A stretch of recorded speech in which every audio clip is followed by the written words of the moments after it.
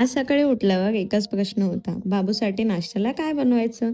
काहीच सुचत नव्हतं. मग अचानक आठवलं फ्रीजमध्ये इडली बॅटर आहे. कॉईन इडली बनवायचं ठरवलं, पण माझ्याकडे कॉईन इडलीचं भांडच नव्हतं. मग केला छोटासा इंडियन जुगाड. गरम पाण्याच्या टोपावर झाकण ठेवलं आणि त्यावर छोट्या छोट्या कॉईन इडली बनवल्या. बाबूसाठी छोटासा डोसाही केला आणि त्याचा डब्बा तयार झाला. मी हे 2 डोशाचा नाश्ता करून ऑफिसला निघाले. बाहेर नेहमीप्रमाणे पाऊस, रस्त्यावर पाणी आणि भिजतच ऑफिसला जावं लागलं. संध्याकाळी घरी आले, दार उघडलं आणि खरंच घरात आल्यावर खूप रिलॅक्स वाटलं. मग जेवण बनवायला घेतलं. आज पालेभाजी, डाळ खिचडी आणि चपाती केली. मी जेवण बनवत होते आणि बाबू माझ्या शेजारी बसून मला छोटी छोटी मदत करत होता. त्यामुळे त्याचाही वेळ छान गेला आणि माझंही काम झालं. जेवण झाल्यावर थोडा अभ्यास घेतला.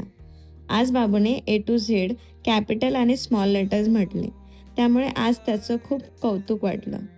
क्षणभर वाटलं हे त्यांनीही पाहिलं असतं तर किती छान झालं असतं. दिवस संपतोय असं वाटत होतं. तेवढ्यात साहेबांनी इशाऱ्याने मला खाली जायला सांगितलं. मग काय, आम्ही खाली गेलो.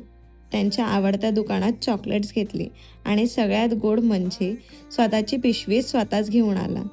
घरी आल्यावर ती चॉकलेट्स किती प्रेमाने मांडत होता. हे बघून माझा सगळा थकवा निघून गेला. असा गेला आमचा डे 4, साधा पण खूप सुंदर. भेटूया डे 5 मध्ये.